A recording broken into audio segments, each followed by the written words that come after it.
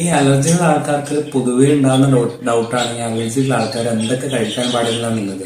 ഈ അലർജി അല്ലെങ്കിൽ allergic reaction എന്ന് പറയുന്നത് നമ്മുടെ ശരീരം ചില വസ്തുക്കളോട് കൂടുതലായിട്ട് അല്ലെങ്കിൽ നമ്മുടെ ശരീരത്തിന്റെ പ്രതിരോധ സംവിധാനം ചില വസ്തുക്കളോട് കൂടുതലായിട്ട് പ്രതികരിക്കുന്നതുകൊണ്ടാണ് അലർജി ഉണ്ടാകുന്നത്.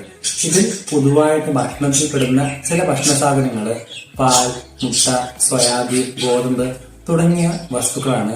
കൂടെ തന്നെ സീ ഫുഡ്സ് ആയ ചെമ്മീൻ, ഞണ്ട് എന്നിവയും പൊതുവെ ഉൾപ്പെടുന്ന ഭക്ഷണങ്ങളാണ്. കൂടെ തന്നെ നമ്മൾ ശ്രദ്ധിക്കാതെ പോകുന്ന ഒരു സാധനമാണ് ഈ ഭക്ഷണത്തിൽ ഉപയോഗിക്കുന്ന ആർട്ടിഫിഷ്യൽ കളേഴ്സ് അല്ലെങ്കിൽ പ്രിസർവേറ്റീവ്സ്.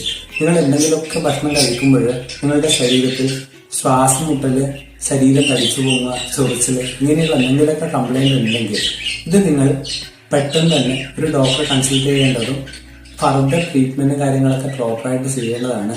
ഇത് ശ്രദ്ധിക്കാത്ത പക്ഷം അനാഫൈലാക്സിസ് പോലുള്ള കോംപ്ലിക്കേറ്റഡ് സ്റ്റേജിലേക്ക് നിങ്ങളെ കൊണ്ടെത്തിക്കാനും ചിലപ്പോൾ മരണം വരെ ഉണ്ടാവാനുള്ള ചാൻസും വളരെ കൂടുതൽ.